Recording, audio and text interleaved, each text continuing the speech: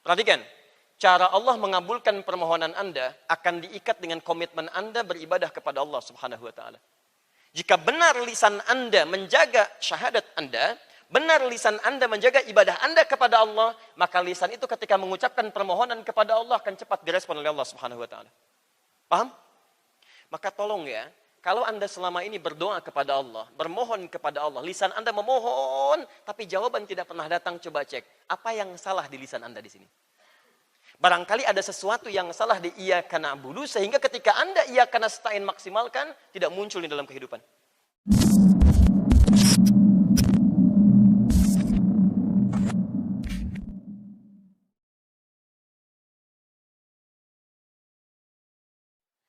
Saya mau uraikan dulu ke sini. Perhatikan ya kalimatnya. Mohon izin teman-teman sekalian saya turunkan. Iyyaka na'budu wa iyyaka nasta'in. Ini disebut oleh para ulama tafsir sebagai rahasia dalam Al-Fatihah. Jadi kalau Anda buka kitab-kitab tafsir manapun, ketika masuk kepada ayat ini, maka semua ulama tafsir umumnya akan menyebut hadhihi. Ini sirrun. Ya, ini adalah rahasia. Ya, sirrul Fatihah, rahasia yang melekat pada Al-Fatihah. Letaknya di sini. Jadi dari kalimat Bismillahirrahmanirrahim, Alhamdulillahirabbil alamin, Arrahmanirrahim, Maliki yaumiddin, itu semua muqaddimah. Hanya pembuka untuk mengantarkan pada yang ini. Intinya ada di sini. Ya. Apa rahasianya? Perhatikan kalimat perimbangannya. Ya. Di sini ada kalimat pertama, iyyaka na'budu. Kan? Kemudian wa, saya turunkan ke sini, iyyaka nasta'in. Masya Allah. Perhatikan teman-teman sekalian, fokus. Iyyaka na'budu wa iyyaka nasta'in. Lihat keseimbangannya. Di sini ada iyyaka, di sini ada iyyaka. Di sini na'budu, di sini nasta'in. Kemudian diselang dua hal ini dengan huruf ataf, huruf perangkai. Kalau menggunakan waw berarti ini istilahnya atafnya menunjuk pada keseimbangan antara kanan dengan kiri. Jadi kalau kita konversi ke bahasa Indonesia, itu seakan-akan kita gunakan sama dengan equal di situ. Jadi ukuran iyyaka nasta'in akan diukur dengan iyyaka na'budu. Iyyaka na'budunya baik, maka respon nasta'innya pun akan cepat. Tapi kalau ininya bermasalah, ininya pun akan jadi persoalan. Sekarang kalau saya turunkan, lihat kalimatnya. Pelan-pelan. Di sini ada iyyaka? Ada. Di kiri ada iyyaka? Ada. Sama-sama ada iyyaka kan? Nah, perhatikan baik-baik ya. Iyyaka dalam bahasa Arab itu disebut dengan harful ikhtisas. Kalau dia didahulukan pada kalimat, letaknya di awal, itu menunjuk pada takhsis. Satu hal yang hanya dikhususkan. Saya ulang, satu hal yang hanya dikhususkan pada objek tertentu, bukan pada yang lainnya. Jadi hanya ini saja. Makanya kita artikan hanya kepadamu, hanya berarti yang lain tidak ada. Paham sampai sini? Kalau saya akhirkan ke sini, na'budu iyyaka, itu maknanya berubah. Kita menyembah yang ini, tapi ada peluang membuka menyembah pada yang lain. Tapi kalau Anda dahulukan ke sini, iyyaka na'budu, maka ini dalam bahasa Arab disebut dengan ikhtisas, makna paling singkatnya ada komitmen hanya untuk menjadikan ibadah pada Allah saja, bukan pada yang lain. Paham sampai sini? Baik. Satu, lihat sini ya. Ibadah melahirkan komitmen. Hanya kepada Allah. Satu ini. Yang kedua, perhatikan. Ketika di sini ada iyyaka, di sini pun ada iyyaka. Awas ya, lihat baik-baik. Ketika menggunakan huruf waw, berarti komitmen yang di sini, ini pun sama dengan komitmen yang di sini. Awas ya, fokus. Ini juga ada komitmen. Nanti pelan-pelan, nanti kalau sudah saya terjemahkan seluruhnya, bisa dipahami dengan baik. Di sini ibadah, di sini minta tolong. Jadi kalau Anda terjemahkan di sini, saya hanya akan ibadah kepada Allah saja, bukan pada yang lain. Maka Anda tidak boleh memohon, Anda tidak boleh menyembah, Anda tidak boleh berdoa, singkatnya Anda tidak boleh beribadah kepada selain Allah. Jelas sampai sini?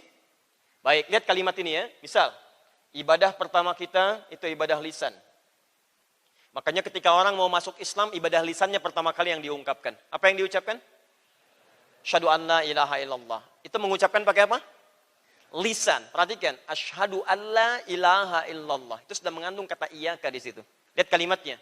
La ilaha illallah. Fokus ya, baik-baik.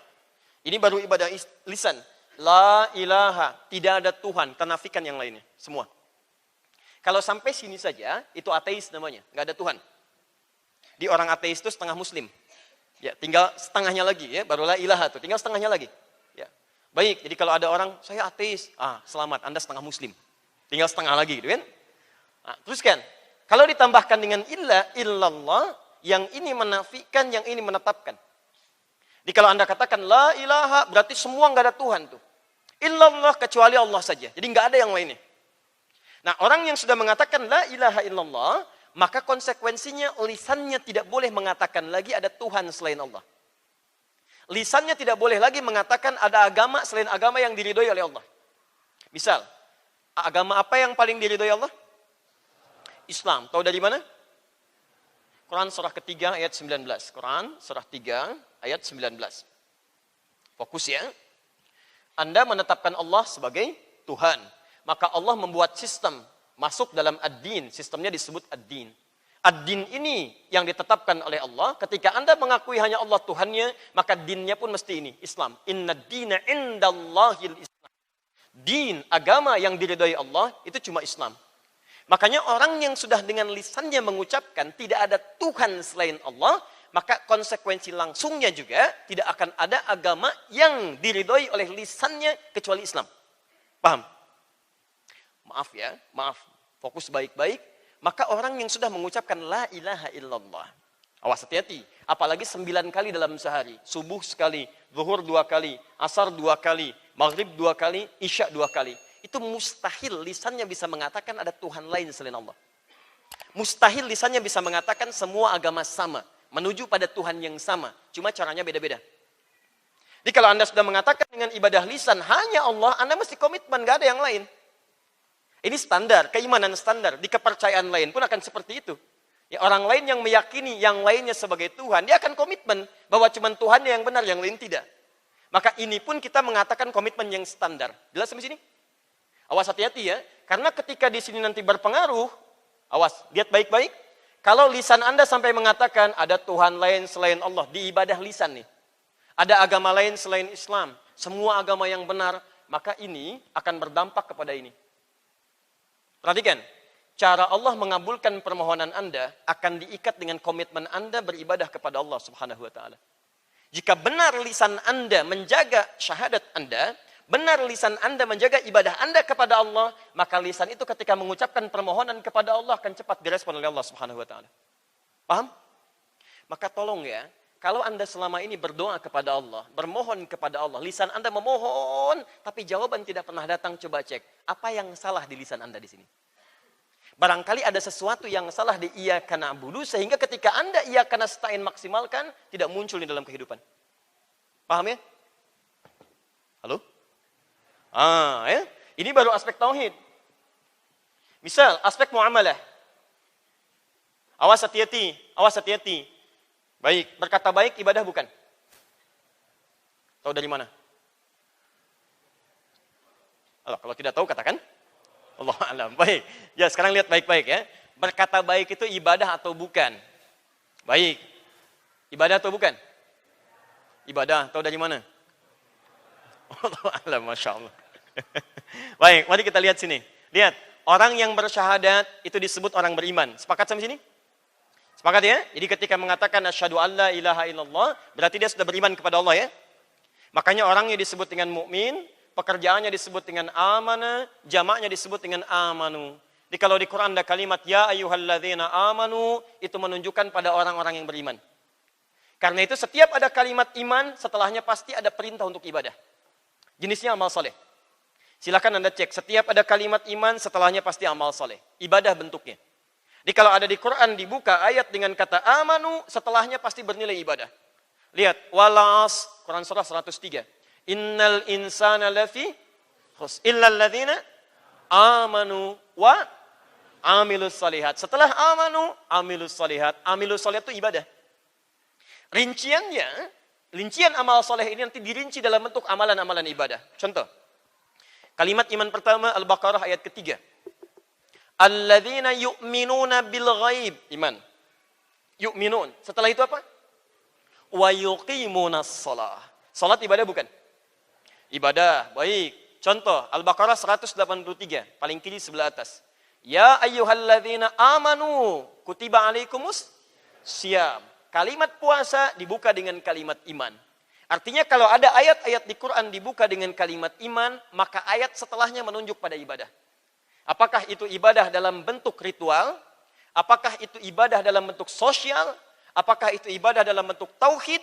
Atau apakah itu ibadah dalam bentuk muamalah? Sekarang perhatikan, lisan kita ketika disebut oleh Quran itu tidak akan jauh dari fungsi ibadah. Quran surah ke-49 ayat ke-11. Perhatikan kalimatnya.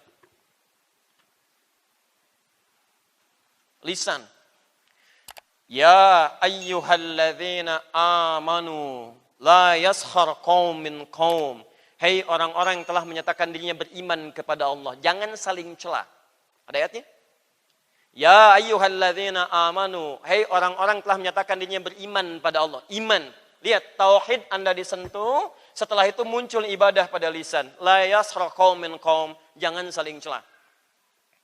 Ayat sebelumnya yang keenamnya, ya ayyuhalladzina amanu in ja'akum fasiqun binaba'in fatabayyanu. Hei orang-orang telah beriman, jika datang berita yang tidak benar dari orang yang tidak baik, kredibilitasnya cek dulu. Pastikan benarnya, jangan sebarkan hoax. Itu ayat tentang penyebaran hoax. Coba lihat, mohon izin ya. Jadi ketika Anda menghindari hoax, itu ibadah. Ketika Anda meninggalkan celah, itu ibadah. Ketika Anda berkata yang baik-baik, itu ibadah. Sekarang perhatikan, lisan orang yang selalu digunakan untuk ibadah, konsekuensinya ketika lisannya ini digunakan untuk memohon kepada Allah, maka akan cepat Allah mengabulkan permohonannya. Tapi Masya Allah, lihat sini. Lisan Anda ketika digunakan pada hal yang tidak Allah sukai. Allah kan sukanya ibadah. Anda yakin dengan Allah, kata Allah kerjakan ibadah. Ini bentuknya seperti ini. Awas, ada ibadah lisan. Tiba-tiba Anda mengerjakan apa yang tidak disukai Allah. Saya mengerjakan sesuatu yang tidak Anda suka. Tiba-tiba saya datang kepada Anda untuk meminta sesuatu. Anda berikan tidak pada saya? Ya, kata Anda, tolong ya, Sadadi, jangan mencela, jangan menghina, jangan macam-macam. Terus saya kerjakan semua itu. Saya cela orang, saya hina orang, saya katakan yang buruk-buruk. Tiba-tiba saya datang kepada Anda minta sesuatu. Dikabulkan tidak? Anda setiap hari berapa kali menggunakan lisan dalam hal yang tidak baik? Pernah mencela orang lain, pernah menghardik orang lain, pernah macam, pernah A, pernah B, pernah C. Tiba-tiba dengan senyaman hati Anda ingin memohon kepada Allah. Ya Allah tolong kabulkan, Ya Allah tolong mudahkan, Ya Allah tolong cepatkan, Ya Allah tolong. Kalau satu kali Anda memohon kepada Allah, ternyata maaf permohonan Anda tertunda, coba cek. Ada nggak yang salah dalam kana budunya? Ini poinnya. Jelas. Dan puncaknya, sholat. Ini puncaknya. Ya, hati-hati. Karena dalam sholat itu, teman-teman sekalian, semua dari ujung kepala sampai ujung kaki dipakai ibadah kepada Allah Subhanahu wa Ta'ala. Lisan kita bicara, kepala kita menunduk, tangan kita digerakkan, kaki digerakkan dari ujung kepala sampai ujung kaki. Makanya ketika ada seseorang dalam sholat yang membaca kalimat ini, itu langsung turun hadis qudsi seketika. Kalau benar sholat Anda, itu dahsyat jawabannya. Abu Daud, nomor hadis 649. Alhamdulillah. Lihat jawabannya, perhatikan. Idza qala al-abdu, kalau seorang hamba memohon dalam sholatnya, iyyaka na'budu wa iyyaka nasta'in. Dia berkata, ya Allah sekarang hamba sholat hanya kepadamu saja. Wa iyyaka nasta'in, dan sekarang hamba punya persoalan. Hamba mohon solusi hanya padamu saja. Lihat jawaban hadis qudsinya. Qala Allahu azza wa jalla, Allah menjawab doanya. Hadza baini wa baina abdi. Ini perjanjian antara aku dengan hambaku. Perjanjian. Wali abdi masal. Kalau hambaku benar sholatnya sampai sekarang ini, masalah. Apapun yang dia minta sekarang, aku akan kabulkan. Apapun yang dia minta, aku akan kabulkan. Karena itu orang-orang dulu termasuk para nabi, ketika mereka punya kebutuhan tertentu, ketika mereka punya hajat tertentu, punya persoalan tertentu, kebanyakan mereka memohon dalam sholat. Sholat itu bukan ibadah yang hanya disyariatkan pada Nabi Muhammad SAW dan umatnya, tapi umat dulu pun sudah mengerjakannya. Tapi dengan cara yang berbeda. Ya, kita lebih sempurna. Saya beri contoh misal, antum kenal Nabi Zakaria? Masya Allah. Habis Idul Adha, kenal Nabi Zakaria. Luar biasa. Tapi bagus lah, daripada di Lampung Ustaz kenal Fir'aun. Luar biasa, dia agak lebih bagus. Nabi Zakaria punya masalah. Sudah puluhan tahun, rambut memutih, fisiknya sudah mulai letih. Ya, belum ada keturunan, dilukiskan kemudian di Quran surah ke-19 ayat 2 sampai ayat ke-11-nya. Bagaimana beliau tidak putus asa memohon kepada Allah. Tapi tahukah Anda apa yang terjadi? Dikabulkan ketika beliau sedang menunaikan sholat. Quran surah ketiga ayat 38 sampai 39. Lihat ayat 39-nya. Fanadatul malaikatu wa huwa qaimun yusalli fil mihrab. Maka dipanggil oleh malaikat, diberikan kabar. Allah memberi kabar gembira akan punya anak laki-laki. Annallaha yubashshiruka bi Yahya. Namanya Yahya. Kapan terjadi? Ketika berdiri dalam sholatnya. Nabi Musa ketika punya masalah diminta sholat oleh Allah. Quran surah ke-20 ayat ke-14. Innani anallahu la ilaha illa ana fa'budni. Musa, saya Allah. Enggak ada Tuhan yang layak disembah kecuali saya. Sembah saya. Bagaimana menyembahnya? Wa aqimis sholata lidzikri. Tunaikan sholat dengan benar sebagai zikir kepada saya. Allah perintahkan Nabi Musa sholat. Nabi Ismail alaihi salam. Quran surah 19 ayat ke-55. Saya tuliskan, perhatikan teman-teman. Bahkan meminta keluarganya sholat. Lihat, wa kana ya'muru ahlahu bis shalah. Beliau meminta kepada keluarganya tunaikan sholat dengan benar. Anda bisa bayangkan, Nabi Ismail sangat dekat dengan Allah. Disayang oleh Allah. Dari rahim beliau kemudian dari istrinya mengalir keturunan-keturunan sampai muncul Nabi Muhammad SAW. Diperintahkan untuk sholat. Minta pada keluarganya sholat. Nabi Isa sholat. Quran surah ke-19 ayat 31. Beliau sholat. Semua sholat. Dan Anda bisa bayangkan, Nabi sholat, Rasul sholat, sahabat sholat, tabi'in sholat, ulama sholat. Anda Rasul bukan, Nabi bukan, ulama bukan, sahabat bukan, tabi'in bukan. Anda nggak mau sholat. Ya, ada sesuatu yang kita harus perbaiki. Jelas ya? Tapi pertanyaannya, maaf ya, kalau ada orang tiap hari sholat, bahkan 17 rakaat, 17 kali mengucapkan kalimat ini, tidak terkabul-kabul, apa yang salah? Dulu orang sekali sholat, selesai masalah. Antum sehari 17 kali minta ini. Iyyaka na'budu wa iyyaka nasta'in diucapkan berapa kali dalam sehari? Halo? Enggak usah banyak hitung, pasti 17. Karena sholat kita 17 rakaat. Setiap rakaat pasti baca ini. Kalau antum baca 16 kali, berarti ada yang kelewat kurang 1 rakaat. Kurang 1 rakaat ya, hati-hati. Kalau 18 kali antum terlampau soleh.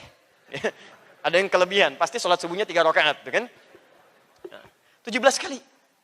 Jadi kalau ada sesuatu yang belum terkabul, coba cek barangkali ada yang tidak tepat dalam sholatnya. Minimal coba lihat sindiran Allah di Quran surah kedua Al-Baqarah ayat 186. Paling kiri sebelah bawah. Ini nyindirnya halus sekali. Tapi tajam. Wa idza sa'alaka 'ibadi 'anni fa inni qarib. Maaf, Hai Muhammad, jika hambaku datang kepadamu mencari-cari aku, bertanya tentang aku. Mohon izin ya, kalau ada hamba mencari-cari Allah, biasanya motifnya apa? Itu biasanya 2 tuh ya. 2 tuh ya. Mohon maaf, biasanya cuma 2 motif orang mendekat kepada Allah. 1, kebanyakan lagi butuh. Punya masalah. Ya, gajian lancar belum ingat, begitu 3 bulan belum keluar, ya Allah, mulai rajin ke masjid itu kan. Baik. Uang belanja lancar biasa. Begitu terhambat 5 bulan baru, ya Allah, saya sudah tahajud, ya Allah. Sudah puasa, kenapa belum dikabul juga? Oh, tahajud baru 1 rakaat. Ya, baik. Puasa setengah hari sudah buka. Ya, jadi masalah. Baik. Yang kedua, iman sedang menguat. Jadi biasanya. Ini cuma 2 ini. Jadi kalau antum sedang rajin-rajin ke masjid, sedang ibadah, coba lihat. Di antara 2 ini. Kalau tidak imannya sedang kuat, berarti sedang punya kebutuhan. Oke? Nah, sekarang perhatikan. Wa idza sa'alaka 'ibadi 'anni fa inni qarib. Enggak usah banyak dicari. Saya dekat. Ini secara psikologis bagus sekali. Ustaz, Pak, mau tanya Ustaz Adinya masih lama enggak? Taklim belum dimulai. DKM katakan, aduh belum ada konfirmasi. Dengan yang kedua, Pak, Ustaz Adi sudah dekat belum? Hadir enggak? Tenang aja Bu, sudah dekat. Nih barusan ngasih tahu. Mana yang lebih menenangkan ke dalam hati? Jawaban pertama atau kedua? Kedua. Perhatikan, ketika ada yang bertanya pada Nabi, saya butuh sesuatu pada Allah. Kata Nabi, kamu gak usah cari. Kata Allah, katakan, Allah dekat. Seketika memberikan harapan. Tapi yang paling hebat, lihat ujungnya. Allah maha tahu ketika seseorang ingin mendekat kepada Allah, apa yang diinginkan? Setelah itu tiba-tiba ada statement tentang pengabulan doa. Ujibu da'watad da'i idza da'ani. Perhatikan, ini agak menarik ayatnya. Ada orang kemudian ingin mendekat kepada Allah, jawaban Allah, saya dekat, saya akan jawab apa yang ia mohonkan kepadaku. langsung tuntas. Kalimatnya menggunakan ujib. Fokus ya. Saya agak pelankan di sini. Ujib. Ujibu da'watad da'i idza da'ani. Lihat sini. Ujib. Bentuknya fi'il mudhari. Maknanya 3. Present. Continuous. Future. Ikan, tolong fokus ya. Lihat baik-baik ini. Seperti biasa dianggapnya tapi ini penting. Kaidah doa dalam Al-Quran, ketika dimohonkan kapanpun, lihat jawaban Allah. Ketika dimohonkan kapanpun, kaidahnya present. Sekarang Anda berdoa, kata Allah saya kabulkan. Continuous. Kapanpun Anda berdoa, terus-terusan saya pun akan kabulkan. Future. Nanti Anda berdoa, saya pun akan kabulkan. Di sifat doa itu, ketika disebutkan di Quran, begitu dimohonkan, akan dikabulkan. Entah seketika dikabulkan, nanti dikabulkan, atau diganti yang terbaik dengan apa yang Anda butuhkan. Karena Allah hanya mengabulkan apa yang Anda butuhkan, bukan apa yang Anda inginkan. Tapi poinnya, setiap doa dipanjatkan, di situ Allah mengabulkan. Persoalannya, kapan Allah cepat mengabulkan doa ini? Lihat ujung ayatnya, diikat dengan na'budu. Ini iyyaka nasta'in, yang ini na'budunya tidak ketinggalan. Lihat ujungnya. Falyastajibu li. Kalau Anda ingin cepat dikabulkan doanya menggunakan fa. Harfu atfin bila hudud. Huruf merangkai dua peristiwa tanpa jeda. Cepat artinya. Artikan dengan cepat. Jadi peristiwa pertama Anda ingin cepat dikabulkan doanya. Peristiwa kedua Allah menuntut Anda cepat mengerjakan apa yang Allah inginkan. Lihat sini. Kalau Anda ingin cepat dikabulkan doanya. Kata Allah, falyastajibu li. Maka cepat segera respon setiap seruanku. Ini ingin cepat dikabulkan doa, maka cepat respon seruanku. Masya Allah. Anda cepat merespon seruan Allah, iyyaka na'budu, maka seruan Anda pun kepada Allah akan cepat direspon oleh Allah. Wa iyyaka nasta'in. Lihat ukurannya. Jadi kalau Anda cuma mengharap amin, amin, amin, amin, iyyaka nasta'in, tapi tidak pernah meningkatkan iyyaka na'budu, itu sampai kiamat kurang 2 hari pun akan susah. Akan susah. Sehari lagi buat tobatlah kesempatan itu kan. Nah, lihat sini. Jadi ukurannya adalah kalau Anda ingin dipercepat iyyaka nasta'innya, maka iyyaka na'budunya tingkatkan, ini poinnya. Jadi kalau Anda yang tiap hari bermohon pada Allah, minta, bahkan duduk di antara 2 sujud 7 permintaan, Rabbighfirli warhamni dan seterusnya, baru saja kemudian bertakbir sudah minta, rukunya minta, i'tidal minta, sujudnya doa, duduk di antara 2 sujud doa, mau ditutup salam doa, tapi nggak ada yang terkabul satupun. Coba cek, barangkali ada yang salah nih, di antaranya cara cepat merespon ibadahnya. Ayo, subuh jam berapa? Tuh waktu subuh aja, nah nggak hafal, bagaimana bisa cepat merespon waktunya? Nggak usah lihat ke atas, nggak akan ada, tutup coba ini. Cuman maghrib di atas ini. Ayo subuh jam berapa? Tuh 436, 437, 438, Masya Allah. Selalu terjadi perbedaan pendapat pemirsa tentang waktu sholat subuh. Karena jamnya belinya di tempat berbeda, settingannya lain-lain. Ya? Baik, 430. Oh, tuh udah turun lagi. Tadi 436, ini 437, 438, 433. Maunya apa sebetulnya? Yang penting sehat lah antum lah. 436 lah kita ambil ini. Perhatikan, 436. Apa kaidah Qurannya? Turunkan. Quran surah ke 2 ayat 238, paling kiri sebelah atas. Quran surah kedua ayat 238. Kita praktekkan ini. Ya. Awas, hati-hati. Hafidhu 'alas salawati was salatil wusta wa qumu lillahi qanitin.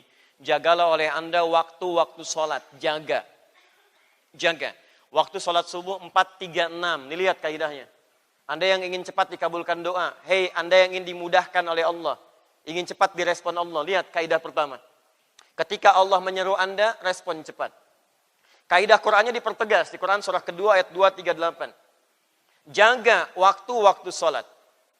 Kalau saya punya sesuatu, saya beri batas begini. Ini batas yang harus dijaga. Boleh nggak orang lain lewat ke sini? Tidak. Maka saya mesti tahan jangan sampai lewat. Ini Allah membuat batas sholat subuh. Sekarang misal 4.36. Dan diminta dijaga. Lihat, minta dijaga. Semakin cepat Anda merespon ini, semakin cepat peluang dikabulkan doa Anda cepat.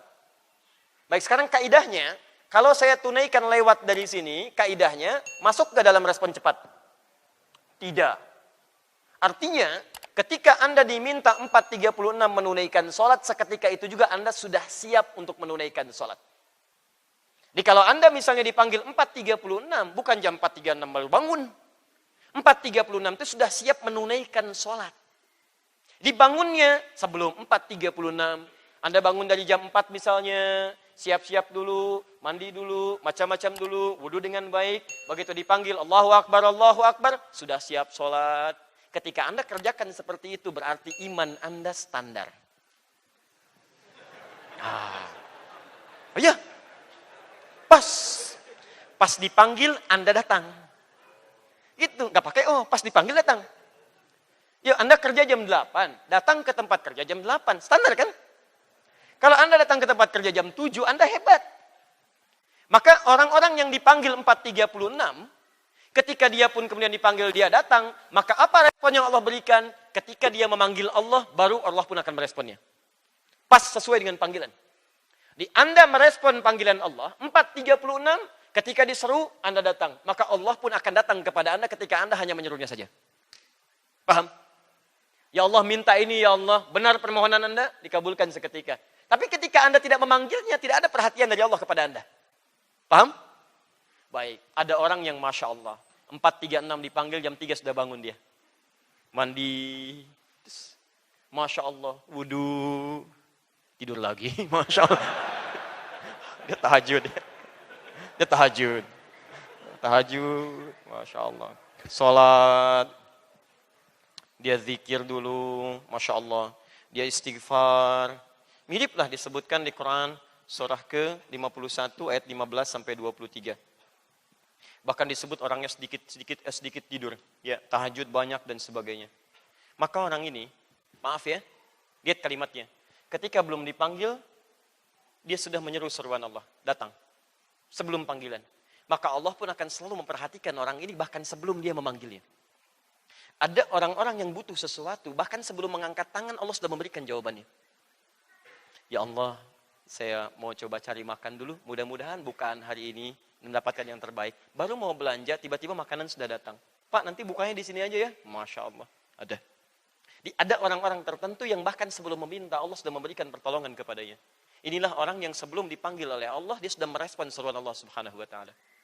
Nah, sekarang yang ketiga ini yang paling bahaya. Dipanggil 4.36, baru bangun 6.34. Ini pun belum ingat. Ya, sudah lewat subuh, sudah mau masuk duha dan sebagainya. Yang paling hebat ketika punya masalah, nuntutnya luar biasa. Ya Allah, kenapa engkau belum kabulkan juga? Katanya engkau Tuhan, katanya begini dan sebagainya. Katanya. Maka, saya mau evaluasi, ya. Kalau kita sering memohon kepada Allah, tapi mohon maaf, ada seringkali dari sebagian yang kita mohonkan belum terkabulkan, coba cek. Mungkin belum berimbang dengan respon kita kepada ibadah. Paham sampai sini?